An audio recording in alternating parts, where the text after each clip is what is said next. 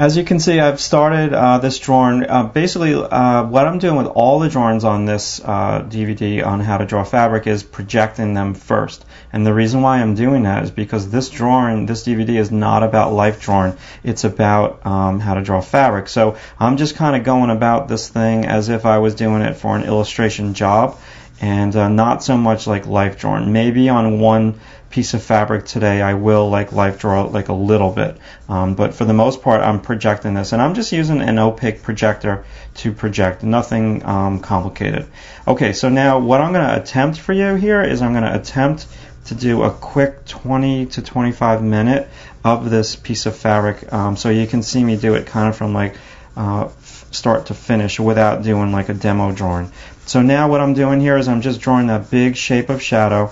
And you know, what I would like the camera lady to do every once in a while is to zoom out and show everyone watching at home the fabric and the drawing at the same time, because a lot of people seem to like that. So I'm just going to kind of coming on down here. I'm just drawing my shadow shape. I'm not physically drawing the line that separates light from the dark, but since this is going to be a 20-minute line drawing that has tone, but it's an optical illusion. Like, I'm not going to sit here and I'm not going to do like a really soft rendered tone. My tone is the optical illusion of many lines next to each other, and it's a very quick way to come on down in this downward pencil stroke as well. So the first thing that I'm trying to do is match the values as close as I can. Matching values is something that you also want to take into consideration when you're drawing fabric. And there's all different types of fabric. This fabric is very absorbent. Like, it's really not, you know, reflecting any light whatsoever. So it's going to really retain. It's a perfect middle tone, this green fabric that I'm drawing here. No highlights on it whatsoever. So if I was drawing something like a leather jacket, that would have highlights on it because that leather is going to be like somewhat reflective, but this thing is totally absorbent. So most fabric, you know, most cotton fabric is just going to totally absorb light, so you really want to match the values. Now with illustration, you can manipulate the values and you can make it, you know, any value that you want, but you always want to try for like illustration purposes. If your model's coming over and you're going to photograph the model, you know, you should kind of tell them exactly what you want them to wear, so you put that value against whatever background tone, and you make that main character pop first. Alright, so getting a little sidetracked with that, but I just want to kind of throw that out for you. So now I'm just doing the side plane of that little cylinder here, and now I'm digging that. That was like a quick kind of block in of the tone. So now this is very hard to see for you all at home, but there's a bunch of convex lines. So now I'm going to slow down slightly. There's a way to draw slow fast. It's kind of like an oxymoron. You want to, you know, kind of draw in control. When you do the tone, that's something that you can scribble. But when you're doing an edge, that's when you want to slow down and you really want to pay attention to that edge. Okay, so now I go back blocking in tone and I'm scribbling. So scribbling is a word that I use a lot in my life drawing class, and I tell all my students when they first come into class and we're doing the warm-ups to scribble. Okay, and it's a very good way to get things down quickly. And then you use your edge as like where a lot of information is, so that's where you slow down. Okay, so I don't know if I'm going to match the value totally on this black shirt, because that might take me way too long.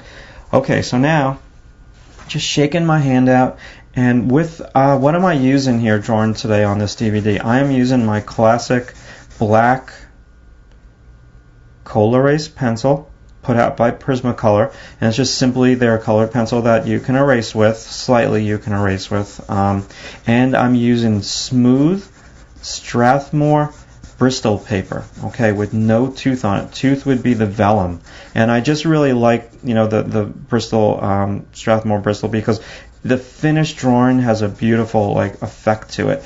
You know, the only downside is for me to get rich blacks, I have to press down really, really, really hard, and it just takes forever to get like the rich blacks, because since this paper has no tooth to it, the tooth on the paper just basically acts like sandpaper. So since the Bristol paper has no tooth on it, you know, it's not really wearing down the pencil, and a lot of the colored pencil is not winding up on the paper. So it's just a slower process, but you know, you have to sacrifice when you're drawing and make certain decisions on what you want the final product to look like. So I want the final product to look really kind of slick, So I'm going with the slick Bristol paper. So now I'm just still matching values, and I can get into now some texture. So there's some, like, let's move over to the photo a little bit. There's like these cool like little texture things happening. Everything's in a downward stroke. So I'm going to start to put that in. Some of that is like my light halftone. And I've got to think about the form as I'm doing this and trying to turn this skirt into the light. And you can see that right now it's kind of a soft, blobby mess.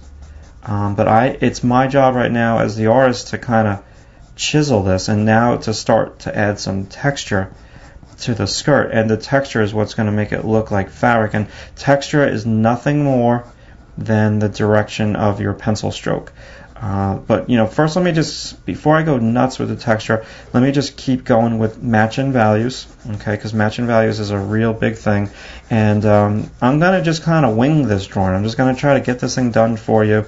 I'll take a little break in between, stop at like 10, but normally what I do is I stop like a little bit more often if I was drawing on my own, and I would really step back and look at what I'm doing to try to get like my proportions right. But since this is just a 25-minute segment, I'm going to just crank it and see if I can do it all at once. So not worrying about my edge yet, because since I projected, I'm pretty confident with the edge in terms of its proportion. So I'm probably going to go into the edge soon to kind of start to chisel some of those angles and roll in some of that convex line. Okay, so now let's just kind of establish a black. And that black is an accent. Remember, accent in the Malin factors is where one thing touches another. Look at that little negative space between her hand and the cast shadow that her forearm and hand are casting on that fabric. And when you do this cast shadow, you don't want that to be a straight line, and I already messed it up a little bit. You want it to go with the form. Okay, you want that to wrap around the form, so that will enhance the form if you utilize that cast shadow shape to your advantage and not look at it as like a bad thing. So I'm just doing like a little doodad thing over there, a little cast shadow to a wrinkle in the fabric, and separating this side plane from that. So just building up your middle tones first. Now this part of the fabric right over here, the one that I'm working on, the camera can look at the photo, is translucent. Light is coming through that. This is opaque. And it's hard to see, probably very hard to see on the video camera, but trust me, they're there. So you just want to be aware of that. And there's ways to show that. I'm just going to try to not over-render this, and this I'm going to try to over-render. See if I can do that. See if I can make it opaque versus translucent with this one pencil. So now I'm wrapping in with this line, and I got to be careful that I keep the integrity of my edge.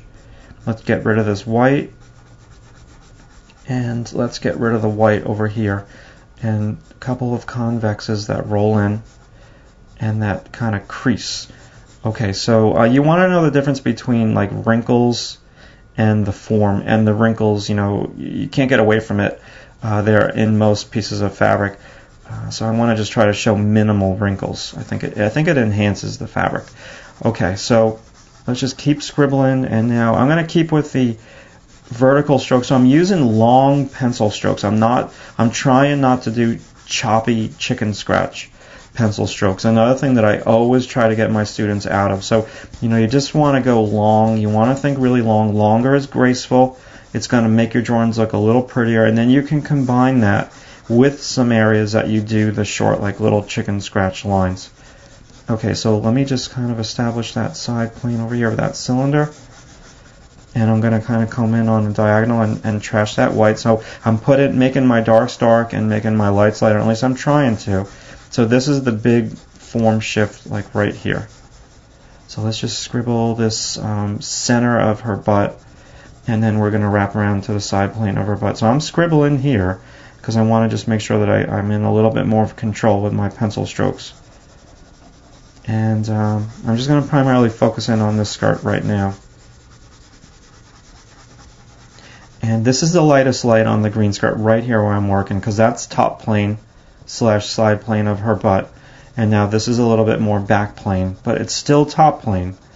Okay, I know that gets like a little confusing, but definitely if we were to look at this pose, you got to try to visualize the pose from the profile. Okay, and that will help you kind of think of this as top and under. All right, so now let me stop for a second and step away from it, and then we'll come back and I'll start to chisel the edge.